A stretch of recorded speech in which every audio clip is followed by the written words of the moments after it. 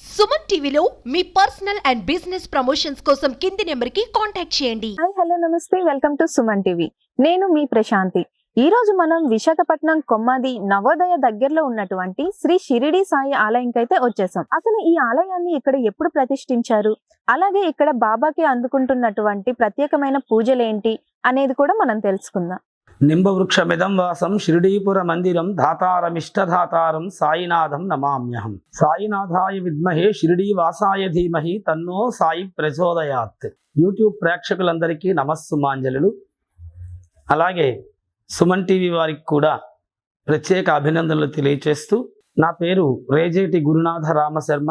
నవోదయ విద్యాలయ కొమ్మాది నవోదయ విద్యాలయ దగ్గర ఉండేటటువంటి సాయిబాబా మందిరం, షిరిడి సాయిబాబా మందిరం దగ్గర నుంచి మాట్లాడుతూ, ఈ మందిరం 1998 సంవత్సరంలో ప్రతిష్టాపన కార్యక్రమం జరిగింది.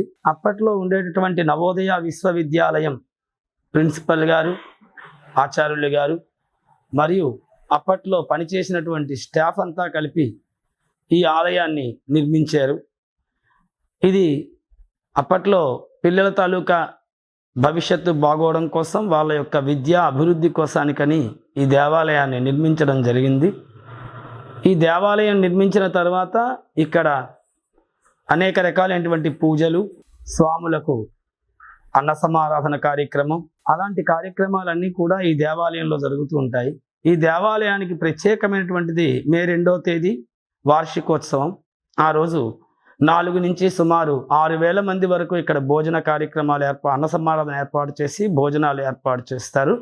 చుట్టుపక్కల ఉండేటటువంటి ప్రజలు కొమ్మాది, బక్కన్నపాలెం, మరి రిక్షా కాలనీ, రేవళ్ళపాలెం, ఈ చుట్టుపక్కల ఉండేటటువంటి ప్రజానీకం అందరూ వచ్చి ఇక్కడ భగవంతుని సేవించుకొని అన్న ప్రసాదం తీసుకుంటారు. అలాగే దత్త జయంతి కూడా ఇక్కడ ప్రత్యేకమైనటువంటి పూజలు జరుగుతాయి. ఇది కాకుండా దసరా ఉత్సవాలు మరియు శ్రీరామనవమి కళ్యాణ ఉత్సవాలు మొదలైనటువంటి కార్యక్రమాలన్నీ కూడా మన ఈ సాయిబాబా దేవాలయంలో జరుగుతూ ఉంటాయి. భక్తులు గురువారం నాడు చాలా ఎక్కువ మంది భక్తులు ఇక్కడికి వచ్చి స్వామిని నమస్కరించుకొని వాళ్ళు కోరినటువంటి కోరికలు తీర్చేటటువంటి బాబా, మా బాబా గారికి మెడికల్ బాబా అని పేరు. అంటే ఎవరికైనా మెడికల్ సీట్ రావాలి అంటే ఇక్కడ దండం పెట్టుకుంటే మెడికల్ సీట్ వస్తుందట. అలా చాలామందికి ఇక్కడ మెడికల్ సీట్ వచ్చి వాళ్ళు ఇక్కడ కొబ్బరికాయలు నెల పొడుగునా ఇవ్వడం మరియు స్వామివారి యొక్క కైంకర్యానికి కావలసినటువంటి సామగ్రి ఇవ్వడం జరుగుతున్నది ప్రస్తుతం కూడా. అనేక మంది భక్తులు ఈ దేవాలయానికి వచ్చి తమ మనస్సులో ఉండేటువంటి కోరికలు చెప్పుకొని ఆ కోరికలు సాధన చేసుకోవడం జరుగుతోంది. మరి ఈ బాబా దగ్గరికి వచ్చి విద్య నేర్చుకునేటటువంటి వాళ్ళకి కూడా చక్కగా విద్య అభివృద్ధి అవుతుంది.